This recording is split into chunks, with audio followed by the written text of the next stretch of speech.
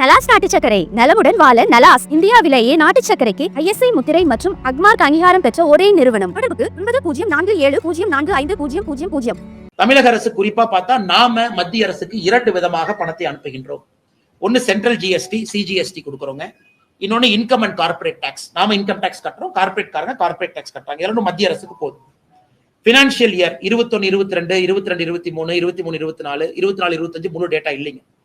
இப்ப 21-22 எடுத்துக்கிட்டீங்கன்னா மொத்தமா நம்முடைய தமிழகத்திலிருந்து மத்திய அரசுக்கு நாம் கொடுத்திருக்கக்கூடிய வரி 21-22 1,10,453 கோடி, 22-23 1,34,425 கோடி, 23-24 1,59,030 கோடி. நாம் இங்கிருந்து வரியாக CGST income and corporate tax கொடுத்தோம்.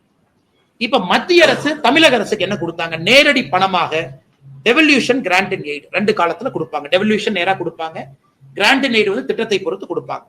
21-22 நாம் கொடுத்த வரி 1,10,453 கோடி. நேரடியாக மத்திய அரசுடைய நிதி பகிர்வு மட்டுமே 72,510 கோடி.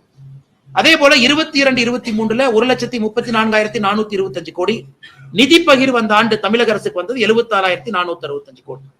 இதை தாண்டி நேரடி நிதி பகிர்வை தாண்டி பத்திரிகை டேட்டா கொடுத்துறாங்கன்னா, நேரடி நிதி பகிர்வை தாண்டி 21-22 100 நாள் வேலைவாய்ப்பு திட்டத்துக்கு 9,638 கோடி, PM கிசான் 2,779 கோடி, ஃபுட் சப்சிடி அதாவது நாம் ரேஷன் கார்டுல அட்டையில வாங்கக்கூடிய உணவுக்கு மத்திய அரசுடைய மானியம் 13,000 கோடி, ஃபர்டிலைசர் சப்சிடி யூரியாக்கான சப்சிடி 5,000 கோடி.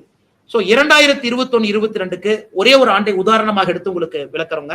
30,654 கோடி மத்திய அரசு சப்சிடி மூலமாக 100 நாள் வேலைவாய்ப்பு திட்டத்துக்கு பணமாக சம்பளமாக கொடுத்திருக்கிறாங்க. சோ கூட்டி கழிச்சு பாத்தீங்கன்னா நாம் வரியாக மத்திய அரசு கொடுத்தது 1,10,453 கோடி வரியாக. மத்திய அரசு பணமாக கொடுத்தது 72,000 கோடி. மத்திய அரசு திட்டத்தின் மூலமாக கொடுத்தது 30,000 கோடி. ரெண்டையும் ஆட் பண்ணி பாத்தீங்கன்னா 1,02,000 கோடி. அதாவது 8,000 கோடி ஷார்டேஜ் இருக்கு அந்த ஒரு ஆண்டு.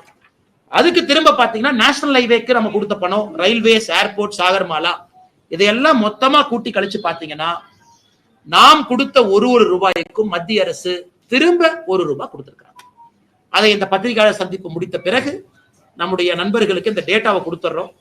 சோ மாநில அரசு செக் பண்ணட்டும் நம்ம கொடுத்ததுக்கும் மத்திய அரசு திரும்ப கொடுத்துட்டாங்களா. அதையும் கூட மோடி அவர்கள் நேர்மையாக அவர் ஆட்சி அமைத்த பிறகு வந்த பினான்ஸ் கமிஷன்ல மாநில அரசுக்கு 32% நிதி பகிர்வை 42% உயர்த்தி அதை பண்ணிருக்காங்க.